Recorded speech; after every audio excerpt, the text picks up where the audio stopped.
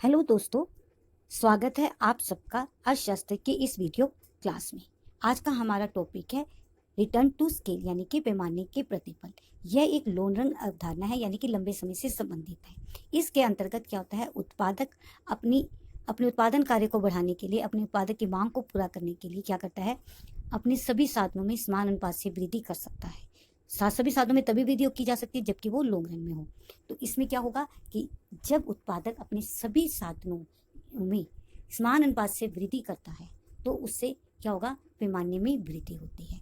ठीक है, और ये पैमाने में वृद्धि होगी तो ये कौन सी अवधारणा होगी, दीर्घकाल हो गया, क्योंकि दीर्घकाल में ही हमारी चीज़ में परिवर्तन कर सकते हैं। अब है कि जब हम पैमाने के उत्पादन के अनुपात में परिवर्तन करते हैं तो उसके 3 प्रकार के पक्ष हो सकते हैं। कौन कौन से? जब हमने अपने उत्पादन के लेवल को बढ़ाया तो यह उत्पादन क्या हो सकता है, बढ़ेगा पैमाने के बढ़ते प्रतिफल, या पैमाना कांस्टेंट रहेगा, समान रहेगा, पैमाने के समान प्रतिफल। और तीसरा है घटेगा पैमाने में तो आएगा रिटर्न टू स्केल। तो इसको हम नाम देते हैं increasing return to scale, constant return to scale, और थर्ड है डिमिनिशिंग रिटर्न टू स्केल। अब है इंक्रीजिंग रिटर्न टू स्केल कब होता है, जब हम उत्पादन के सभी साधनों में या आगतों में समान अनुपात से वृद्धि करते हैं, लेकिन जो उत्पादन है उससे ज़्यादा होता है, जितना हमने लगाया उससे ज़्यादा का फायदा मिलता है, तो उसे हम बोलते हैं increasing return to scale. Example से समझते हैं। 5 लेबर है, 1 कैपिटल है, तो उत्पादन हुआ 100 का। जैसे हमने लेबर डबल की, कैपिटल भी डबल कर दी, 1 से 2 कर दी, तो उत्पादन कितना होना चाहिए, डबल होना चाहिए था, लेकिन कितना हो गया हमारे पास, 220 हो गई, यानी कि जितने साधन लगाए थे उससे ज़्यादा हो गया। तो इसको क्या कहा जाता है, इंक्रीजिंग रिटर्न टू स्केल। अब अगर इसको डायग्राम से समझते हैं, एक एग्जाम्पल हो रहा है। ओ एक्सिस पे हमने श्रम लिया, ओ वाई पे हमने कैपिटल, 2 लेबर थी तो हमारे पास उत्पादन हुआ 100। अब हमने 1 लेबर बढ़ाई और 1 ही कैपिटल बढ़ाई, तो उत्पादन कितना हुआ, 200 हुआ। ठीक है ना, तो क्या हुआ, उत्पादन क्या हो गया, 200 हो गया। तो उसमें पहले हमारे पास क्या था, 2 साधन ज़्यादा थे, उत्पादन 100 हुआ।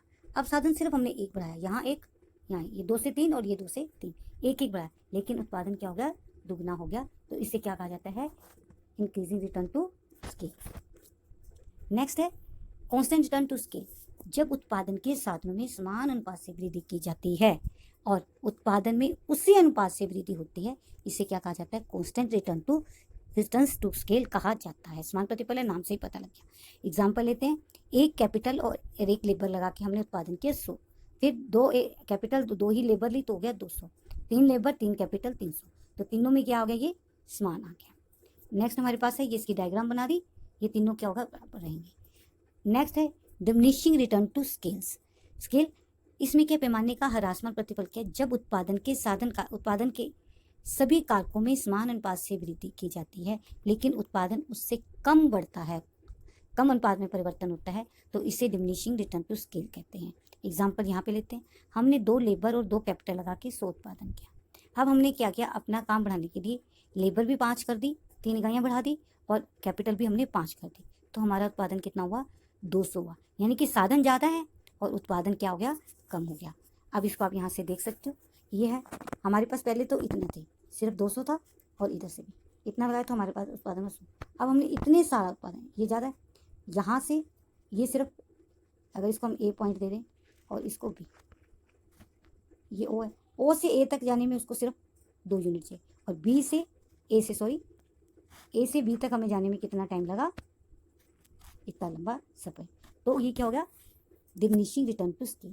जैसे जैसे ये रेखा दूर होती चली जाएगी, ये कर्व दूर होते चले जाएंगे, तो इसको क्या कहेंगे, पैमाने के पर। और जैसे जैसे ये नज़दीक होंगे ओ एक्स के, तो ये क्या होगा, इंक्रीजिंग रिटर्न टू स्केल। कई बार क्वेश्चन आपसे पूछ लिया जाता है कि अगर पैमाने के स्केल में जो ये, इसको आप बोलते हैं आईपी वक्र होता है, तो ये दूर जाए तो ये कौन से स्केल को दिखाता है, तो आप कहोगे ये डिमिनिशिंग को दिखाता है। और अगर ये नज़दीक आ रहे होंगे तो ये किसको दिखाएगा, इंक्रीजिंग रिटर्न टू स्केल दिखाएगा। तो यहाँ पर मैंने कर लिए 3 स्केल हैं, increasing return to scale, constant return to scale और diminishing return to scale. Simple सी बात है, ऐसे आपने लर्न करना है। इंक्रीजिंग में क्या है, जितने उत्पादन कारकों में, जिस उत्पादन कारकों में समान अनुपात से वृद्धि करने पर अगर उत्पादन उससे ज़्यादा बढ़ता है तो इंक्रीजिंग, अगर जितना आपने साधन लगाए हैं उससे उसके समान बढ़ता है, यानी कि जितने साधन लगाए हैं उत्पादन भी उतना है, तो वो है कांस्टेंट। और थर्ड, अगर जितने आपने साधनों में वृद्धि की है लेकिन उत्पादन में उससे कम की वृद्धि होती है, तो इसे डिमिनिशिंग रिटर्न टू स्केल कहते हैं। ये हमारा टॉपिक कंप्लीट हो गया। Thank you.